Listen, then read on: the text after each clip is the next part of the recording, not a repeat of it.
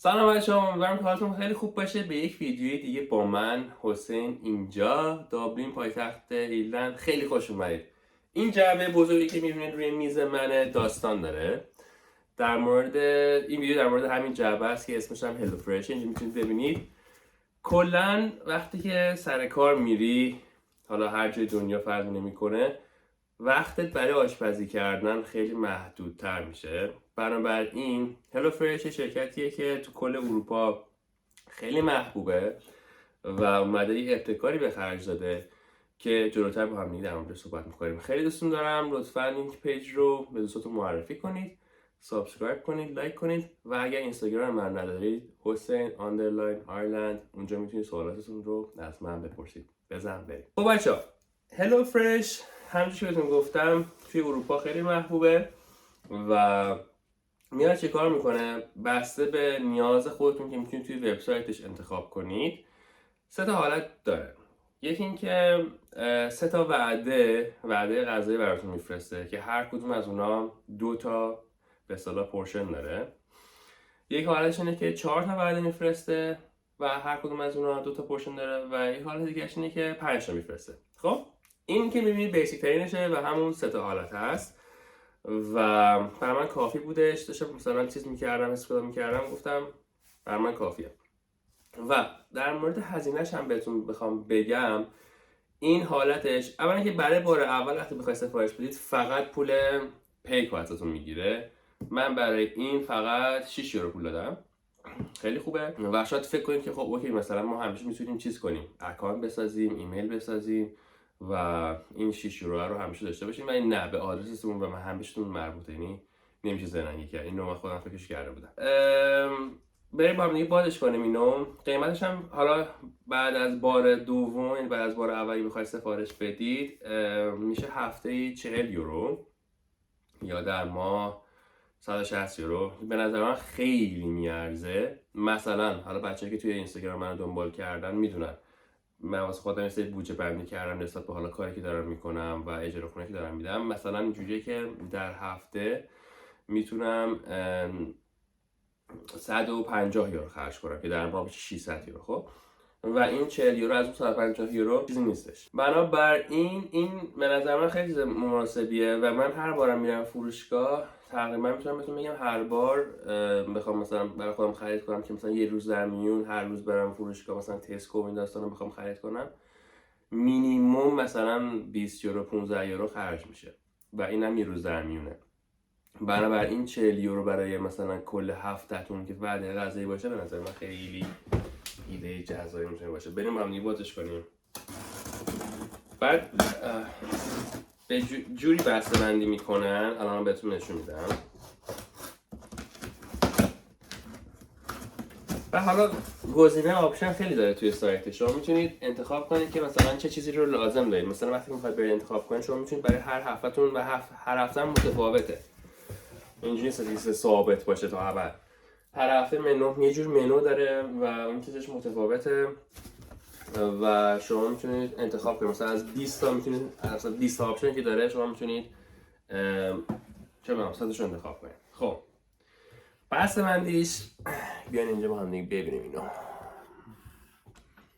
بسته بندی به این شکله، همونجوری که میبینید. مثلا این نوشته، حالا روش بارکد هم داره بچه‌ها برای اینکه بخوایم چیز کنیم از روی این کاتالوگش. حالا من 3 تایی که انتخاب کردم مثلا فرستادم، با هم دیگه میریم جلوتر ببینیم من چی انتخاب کردم. این شکلی. حالا بیا اینجا بشینیم دوباره، من براتون باز میکنم شما ببینید. بسته شماره 3 نوشته که کار جالبی کرده که رنگ بندی هم کرده. نوشته که آقا این زرده، شما میتونید ببینید، و نوشته که این رنگ بندی رو دنبال کن.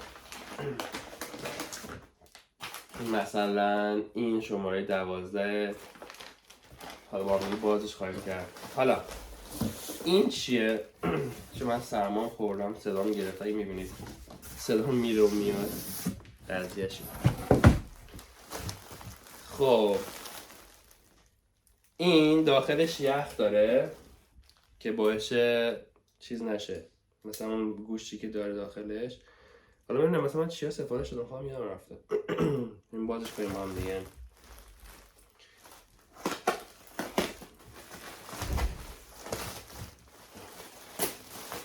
قشنگ شبیه پتوه، قشنگ شبیه پتوه و خیلی همه چیو نگاه کن. داخلش چیز داره مثل یخ داره، یخه مثلا مال 3-4 ساعت پیشه، هنوز یخه. ولی و این چیزی که من انتخاب کردم این چیزه، این گوشت پورک چرخ شده است،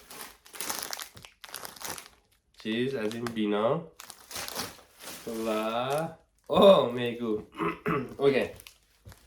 کلا پس ماهیت این بودش که اینو سر نگه داره، خیلی جالبه. و حالا این بسا رو باز کنیم با هم دیگه. شماره 8. ببین مثلا چه غذاهایی من سفارش دادم. اولین غذایی که من سفارش دادم همین پورک دیدینه که میبینینش، ببینم پورک and دیگه من نمیتونم بخونم، پورک هم پاکچوا رایس همچین حالتی. بعد عرضم به حضورتون یه مثلا نوشته که چیا باید داخلش بریزید و همه چی رو بهتون میده. خب ریزترین چیزم بهتون میده. بذار ببینم، من چون اولین بارم این مقدار طول میکشه. آها بچه ها من فهمیدم قضیه چیه. گفتم بهتون شماره داره، این شماره 3 گفتم بهتون، این 3. بریم 3 رو باز کنیم. این 8 و این 12 و این 3 بودش. بذار من یه قهوه بخورم وایس. صدام گرفته بچه، من 3 هفته سرما خوردم، خوب نمیشه. خب شما مثلا از سر کار میایید خسته و میخواید که چیز کنید، غذا بپزید برای مثلا شامتون و فردا نهارتون. چیکار میکنید؟ میایید بسته 3 رو باز میکنید. بسته 3 بچه ها یه همچین چیزیه دیگه، بهتون نشون دادم. برنج داره و نمیدونم گوشت پورک و نمیدونم چیلی و فلان و اینا هم بهتون گفتم که اینگریدینتاش اینجاست. و اینم نحوه پختش و قشنگ خودش مراحلش رو یک تا به آخر نوشته. نگاه کن، حتی سبزی انقدرشو فرستاده، سبزی انقدرشو فرستاده. هیچ نیازی به هیچ چیز دیگه نداره شما. فکر همه این هم چیزشه، نمیدونم چی. این برنجو فرستاده. به نظر من خودت بخوای همچین چیزی رو جمع کنی از بیرون گرون‌تر در میاد. سویا سسشو فرستاده این شکلی، باورتون میشه؟ و پیاز و این اسمشو نمیدونم. این توی بازی چیز بود یادتونه؟ توی بازی پلانت ورسس زامبیز. و حتی بچه‌ها حالا شاید مسخره به نظرتون میاد، سیر، حبه سیر، مثلا توی رسیپیش نوشته که 2 تا حبه سیر باید بذارید و 2 تا دونه براتون فرستاده.